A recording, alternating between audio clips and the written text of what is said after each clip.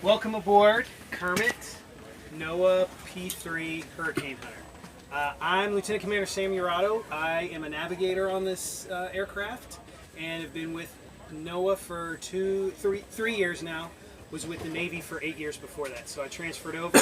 A couple ways you can get into the NOAA P3. You transfer from the Navy, or you can be a homegrown NOAA Corps, fly some of our smaller planes first, work your way up into this aircraft. So I came over from the Navy, but what we're going to do, we'll go through the tube and I'll show you guys kind of how we do the mission, how it all comes together, what the end product is, how we get it off the plane, and then you guys see the cockpit, take whatever pictures you like. But we'll start here, which is probably the nuts and bolts, the meat and potatoes of our mission. These bad boys right here are dropsons, sensors. They go in our pressurized tube here at different parts of the hurricane, pre-located parts that are strategical for the models that the Hurricane Center is looking for. So we drop these out, pressurized at different spots. It's falling down. It takes about 4 minutes to get to the surface, and it's sending data back real time. Pressure, altitude, pressure, temperatures, humidity, those scientific measurements that we get back here for the scientists on board. Those scientists on board are gathering that data, packaging it into little vortex messages that go off the plane real time to the Hurricane Center. Then that information goes into the models, and that's what you see on TV. So this is happening real time as we're flying. We would not be nearly as valuable as we are if we couldn't send the information real time. The Hurricane Center is not interested in us going out and flying for 8 hours, coming home, downloading our data, and doing it 8 hours later. They want it real time. So one of the most important stations up here as we move forward, I'll show you, is kind of our broadband station, is where the internet happens, the Ethernet cables, all that good stuff, and making sure it's working, talking to the satellites so we can get that all off board.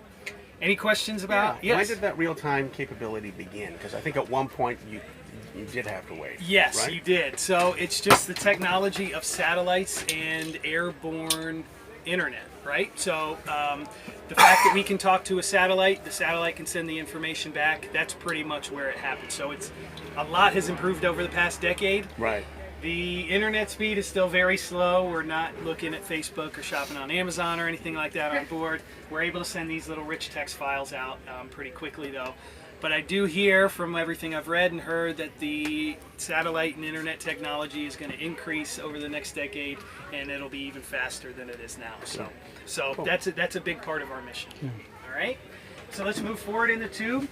I'll come up here. There's a nice little breeze. Come up here real quick.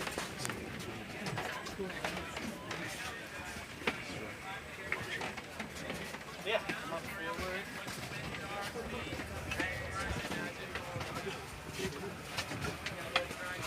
Okay, and so that broadband station right behind this nice young lady here is what I was talking about. We have a technician that's sitting here making sure all the computers are talking to each other on the plane, and that information is getting sent off. As we move forward in the tube, you'll see different computer stations. That's for the scientists, technicians, engineers, and those guys are really concerned with the data that we're collecting real time through our dropsons, through our radars that we have on board.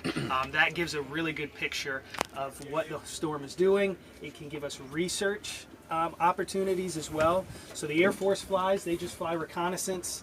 Where's the storm right now? Where's it going? What's it doing? What has it done in the past 10 minutes kind of thing. Whereas we're concerned with that, we can get that information, but we can also get, well, why is this storm building as quickly as it is? Why is this storm not building as quickly as it is? So we have those extra features and technology and scientific equipment on board that we can measure that stuff. So as we move forward, we'll get to the front part of the plane where we'll talk about safety of flight. Follow me up here. So just, yeah, stand right here and I'll meet you guys up. You need a break, Rob? No, I just got here. All right. Los puestos del ORION, de los operadores. All right, we'll get out of your way. Come on. We'll reminisce elsewhere. Yep.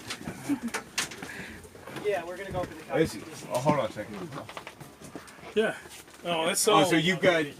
Well, obviously you Okay, had can to everybody, change yeah, the everybody power up? around. Can you hear me? For the science stations. Yeah. So that's Okay, the- so that's once the- we pass these racks main load here, center for now the we're science talking stations in safety here. of flight. Yeah. So and we have the then the pilots, flight flight station will be engineer, shredded. navigator, Shred it off, so and like we flight did before. director. Yeah. Flight director is our onboard meteorologist. He's Yeah, looking at the radars, making sure we're not going through the worst parts of the storm. So there are still parts of a hurricane that you don't want to go through. Swirlies, twirlies, whirlies, kind of like your mustache there. We want to avoid those parts of the storm. Those will want to, turn you over pretty quick. So we will be tactful where we go through the storm. We want to get through the eye wall as quickly as possible. We go at a perpendicular angle. The navigator is tracking the movement of the storm. So out in the middle of the ocean, you don't have ground-based radar. So you need somebody to be tracking it real time as it's a dynamic target. Rob, I forgot who was up there. John's been up there. So Rob's up there now, and he will talk to you about how the pilots and flight engineers keep us safe, what they're trying to do as far as airspeed, wings level, altitude, those kind of things as you guys go up to the cockpit. You'll see Kermit up in the window. As I said, this is Kermit, and Miss Piggy is our other P3. You can ask Rob about that story if you like with the Hensons. All right, you guys. He is in charge of all the systems. So something that might be automatic today, like your oil coolers, your icing systems, your pneumatics, is all manual here. So he's monitoring all of that while at the same time working our power levers to keep our engines so as you go through the storm, we typically want to fly our VA speed, our maneuvering speed, which in our case is 210. So pilot in the left seat is trying to maintain wings level and the proper pitch. And then as the airspeed indicator is jumping around at the turbulence, our flight engineer is actually manipulating our power levers, going from full idle to max power in order to counteract the updrafts and downdrafts as we're making our way through the eye wall. So it's kind of a crew coordinated pairing in order to get ourselves through the storm. We've got a nose weather radar display that the pilots are using to try to figure out where we're going to end up. The uniqueness of that, though, is as we're going through a hurricane, we've got typically a 120 mile an hour wind coming from our left side as we go into the storm. So you're crabbing to the left, you're flying to the right. So what you see out that nose weather radar, actually you need to look 20, sometimes 40 degrees off to the right in order to see what you're actually going to hit, because that's what your track is.